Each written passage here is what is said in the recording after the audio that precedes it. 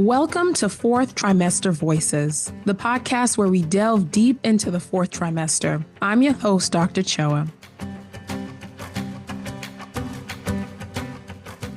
Hey everyone. So today we have a very special guest joining us. We have a board certified OBGYN, perinatal mental health specialist, coach, speaker, and host of the podcast Stethoscopes and Strollers. Nice to have you, Dr. Lusa Sampson. How are you today? Hi, I am fine. I'm so happy to be here. And what an introduction. I sound so fancy. Thank you. Got it off of LinkedIn. Oh man, so I am just so happy that you were able to come and join us. When I first discovered your podcast, it really resonated with me, stethoscopes and strollers, and just kind of discussing what a lot of physician moms have to go through. And so tell me a little bit about just your inspiration of how you came up with the name and why you chose to do that podcast. Yeah, so the name, I'll be very honest with you, came from AI. Okay, I okay, I utilize AI heavily. It's one of my yeah. many ways that I outsource. And I put in everything that was important to me in terms of my coaching. Right. So all of the things that I believe, all of the things that I want physician moms to know and to believe about themselves and about this stage in life in early motherhood, I put into ChatGPT. I think it was ChatGPT. It may have been Claude. I use a lot of them. Mhm. And, asked for a list of names. And then I went through that with my own coach and we chose stethoscopes and strollers. So I'm not afraid to utilize experts, even Mm. if it means AI, or my own coach, because she has been instrumental in my journey in getting here and Mm. me being the coach that I am right now. And I wanted the podcast to be something for us and to be very real about everything that we go through because sometimes you see things online and it's just like, that is not my experience at all. And it Mm. makes you feel just a little bit less than. So I really wanted it to be about us and about our unique experiences as physician moms because there's a little bit Mm. of extra stuff that we have to deal with. So I really wanted something that would relate to any physician mom that listen and then for them to know this is for me, right? This Mm. is for us and just to be a place where they can feel seen and not alone. Mm. I love that. I definitely found a place in your podcast and listening to your postpartum story and what you went through really resonated with me. I think we had different outcomes in some of the things we went through. And it seems like you found a quicker way to get to point a better place, right? And utilizing your resources. But can you just share your experience with postpartum? I know you have two children, is that right? Yes, I do. I have a 4-year-old and a 1-year-old. And the funny thing is, the 4-year-old was a COVID baby. So I assumed the struggles that I had and we had because it was COVID, because my baby shower was right as everywhere was shutting down. So people were coming in from Trinidad, coming from all over the country, and it got canceled. And then I had the baby maybe like a month later. He was born in May of 2020. So my husband and I were alone. It was a rough time. And I just assumed that the second time will be even better because, it's not COVID. Everything's better now because COVID is Mm. done.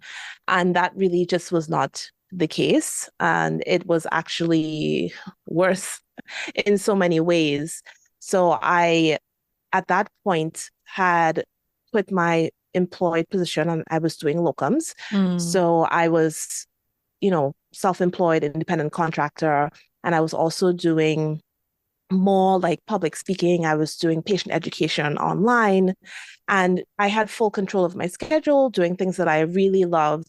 So I was in a better place professionally. I had my mom here. My husband was home. So I thought having all the quote unquote support was the recipe for it being just a much better experience. Mm. But even from the pregnancy, it was just more difficult than with my first. My daughter was a lot bigger. The pregnancy itself was a lot more painful, something that I never understood even after all those years of practicing obstetrics. When patients would come and tell me, oh, I can't walk, I'd be like, but you walked in here. What do you mean you can't walk? Speak on Like, that. right? So it's one of those things where it's unfortunate that as a board certified OBGYN, there was that little bit of compassion that I did not have because it was not my experience. Mm, And I couldn't understand that phrase, I can't walk, when I know you walked in here. But with my mm. second pregnancy, I understood exactly what that meant, right? And I actually had to stop working a lot earlier, and I could because I was doing locums. My husband, thankfully, I have support, so he could have supported that. But yeah, I stopped working at like 30 weeks because I was Wow. just in so much pain all the time. And the delivery itself, thankfully, was uncomplicated. It was fast. Epidural didn't work, all those things, hands and knees Mm, screaming, like things that I never thought that I would experience. But overall, it was uncomplicated, non-traumatic. It was fine. Afterwards, it was when everything just kind of went south. The pain continued, but just in different ways. So I had some SI joint dysfunction that just got worse. My mm. coccyx was like on fire. And then the breastfeeding pain was like a whole different thing. So physically, everything just hurt. And I could not lay down. I couldn't sit. I couldn't stand for too long. Oh my God. So I don't know if you heard that, like, what position am I going to be in? So it was like a constant discomfort. And then I found that even though my family was here, everyone was focusing on their own experience. You Mm, know, I don't think that they really saw me and saw what I was going through. I always like to tell this story about my mom because now, it was funny then and it's mm, funny now, but it upset me at the time.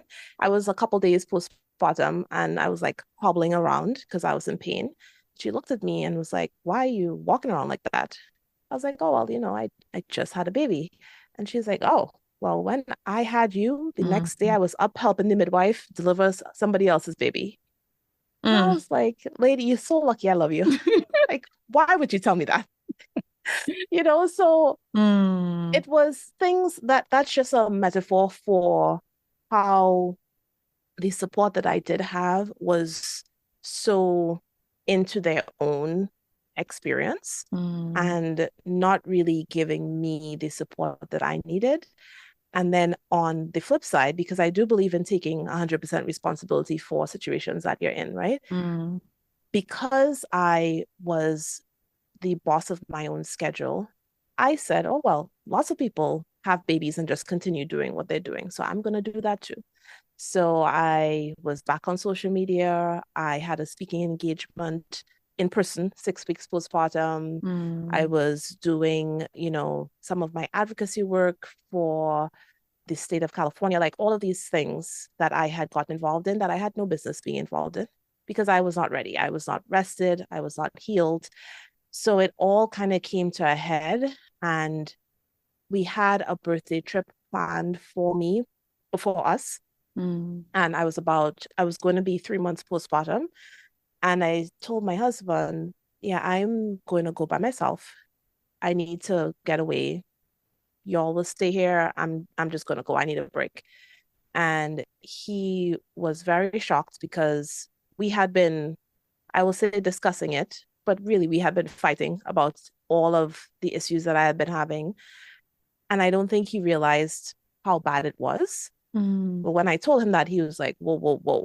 I didn't realize that this is where we were. And so he said, well, no, you're not going alone. Let's go together. And everybody else will stay. So my mom was here. She's older. She doesn't live in the States. So she couldn't really stay here alone. So we brought my sister up from Trinidad to stay with her. And he and I went. And that was the trip that really kind of saved us and saved me because we really got a chance to talk and actually listen to each other and figure out what we needed to do to come back and be in a place that worked for the both of us. Mm, So wow. yeah, it was a lot. And being away from my daughter at that early, just not gestational age, that early postpartum stage was a lot, but it was what I needed. Like I needed to get away. So when I came back, I just dropped everything else that I was doing. I had to start doing clinical work again. So I just did that and just focused on healing my body. I finally saw a pelvic floor physical therapist, and that was a major because I was just in so much pain, and she gave me different exercises, different like actual, hardware to use to help with the pain. And as I was coming out of it and, starting to feel more like myself, I was like, I really want to help other women not go through this, and particularly physician moms, because I feel like there's this extra layer that caused more complications than they really needed to because of my responsibilities as a physician. So initially, I said, well, I'm going to do like a medical program because at that point, I was in a coaching program, it was business coaching, but I did not consider myself a coach. I was still a physician. So I was like, yeah, I'm just going to do a medical program to bridge the gap between the kind of care OBGYNs give and what you really need, which is like a holistic, Hmm. coverage of this postpartum experience. But when I told people what I was doing, they said, this sounds like coaching. I was talking to other coaches in my program, and they're like, this sounds like coaching. Like, why do you actually need to be medical? And I was like, well, if somebody's in crisis, I want to be able to prescribe for them or something like that. But I realized that that was not reality. I think it was just fear of going into something that, even though technically I had been coaching lots of people, both informally and as a physician, which many physicians do, I was just like, this is a new thing. So it was a little bit of fear. So I finally took the leap with lots of coaching myself and made it a coaching program and have been doing that ever since. And it has evolved into this beautiful transformational experience for clients that are in the early years of motherhood that isn't just focused on postpartum, but everything that we have to deal with in this phase of life, whether it's dealing with your husband and the changes that comes with a child, dealing with changes at work because now you have a baby and you need to negotiate time off and salary and like so many different things we have to deal with, where it's just the advice you get is just a little bit unhelpful because these people don't have small kids. Like they don't really get it. Like how your life is a little bit different. That advice really doesn't fit. So it has been just the best decision that I have made to start coaching in this way. It's been, like I said, one of the best transitions that I have made from one zone of genius of obstetrics and gynecology to another. I love that because when I think back at my postpartum experience, something you just said a couple, minutes ago, you mentioned that everybody is going through their own experiences and no one is really understanding what you're going through. And even though everybody has the best intentions, they're all experiencing what they're experiencing. And you mentioned what your mom said, and I'm thinking back at the various things that were said to me about I breastfed the entire village. I had so much milk I could give to an entire village of people, and how those words made me feel, right?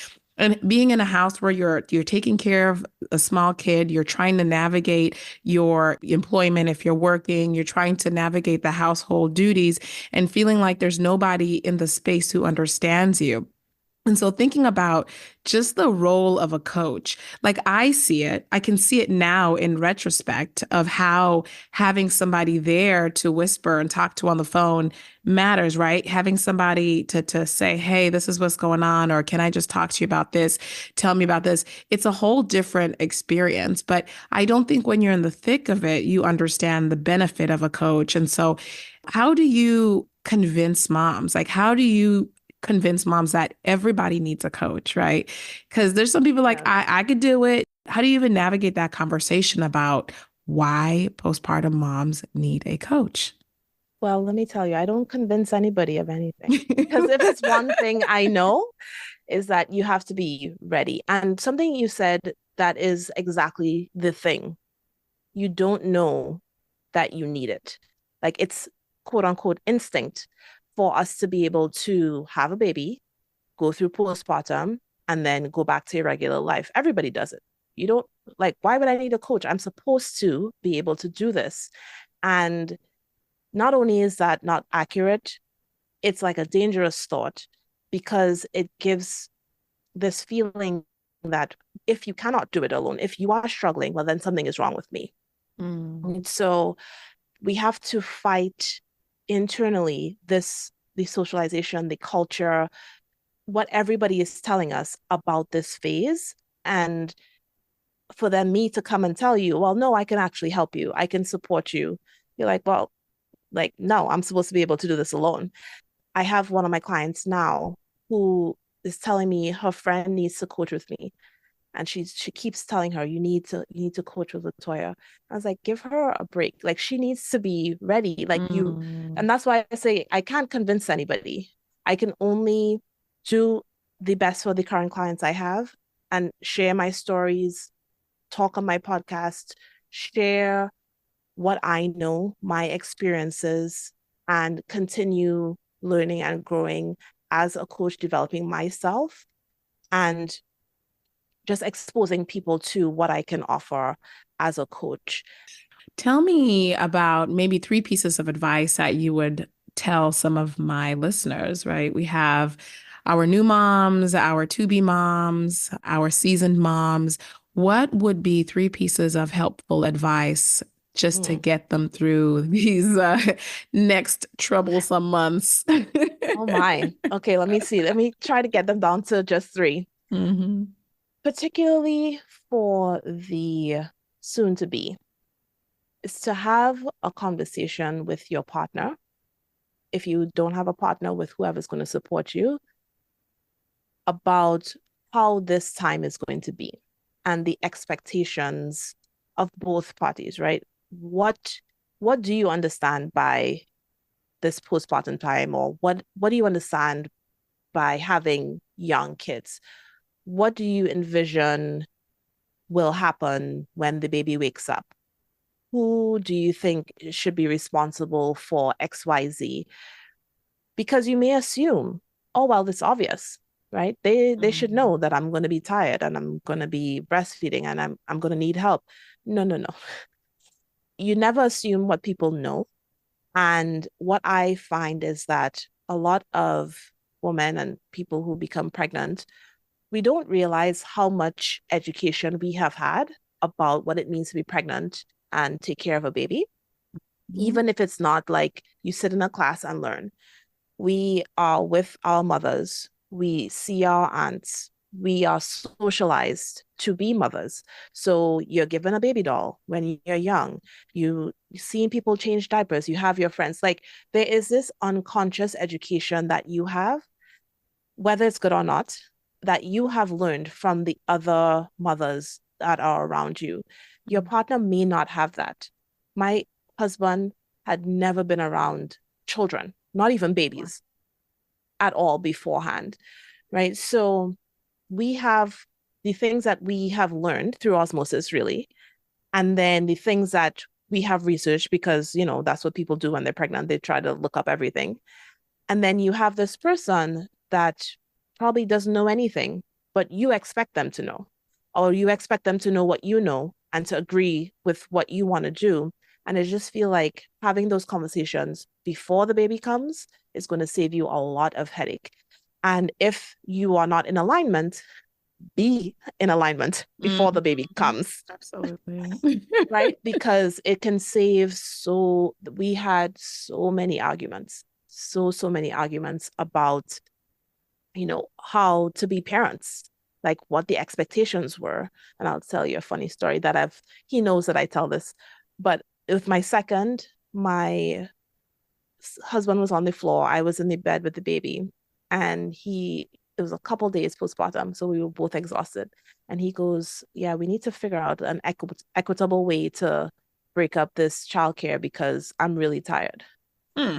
And I felt like I wanted to stab him in his eyeballs. As he's laying on the ground.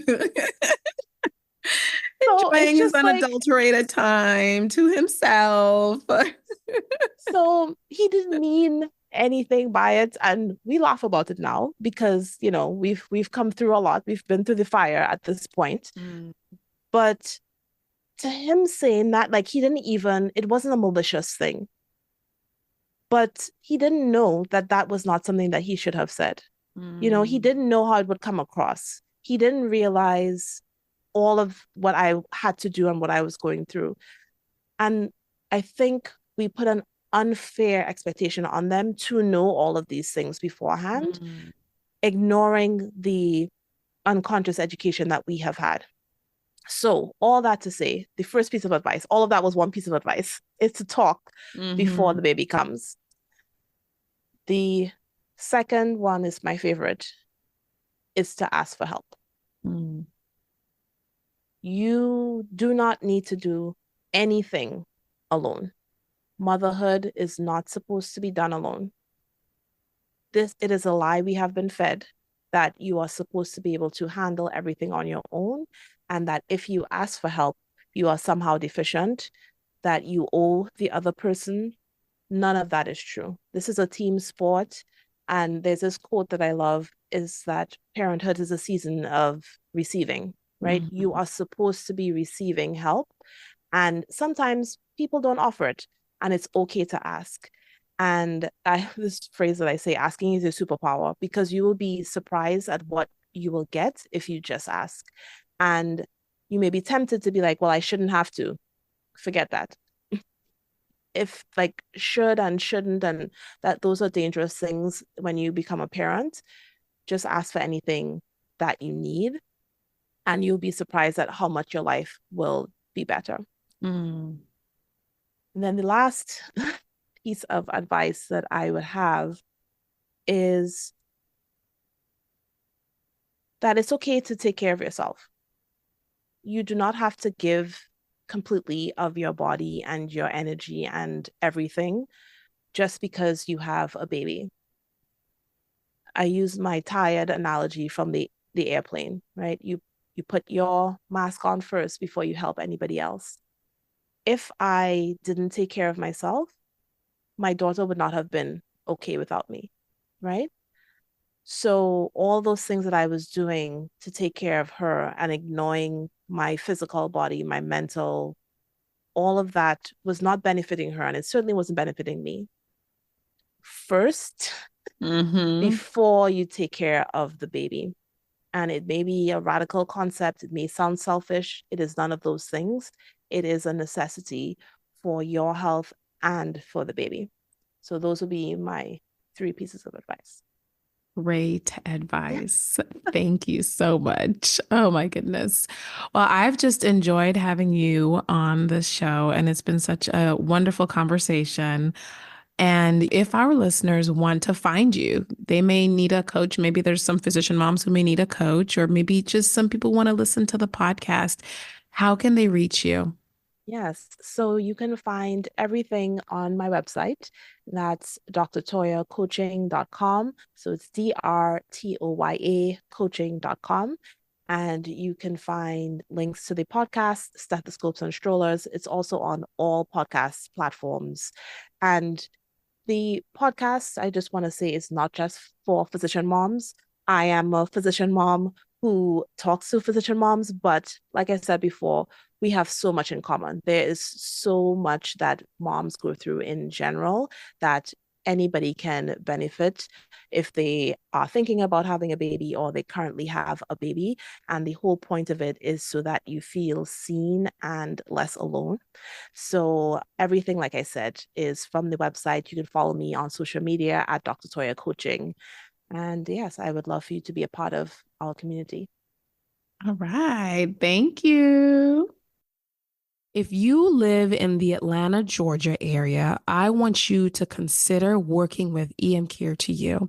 And this is my concierge medical company, and we offer comprehensive care for mothers postpartum.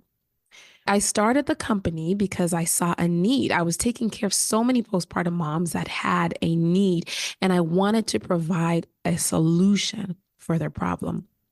So at EM Care to You, we provide access to in-home lactation support, pelvic floor physical therapy, mental health support, and more. You can learn more about this at emcaretouYou.com. Thank you for joining us on this episode of Fourth Trimester Voices. If you have any questions about today's episode or you want to share your story, please email us at fourthtrimestervoices@gmail.com.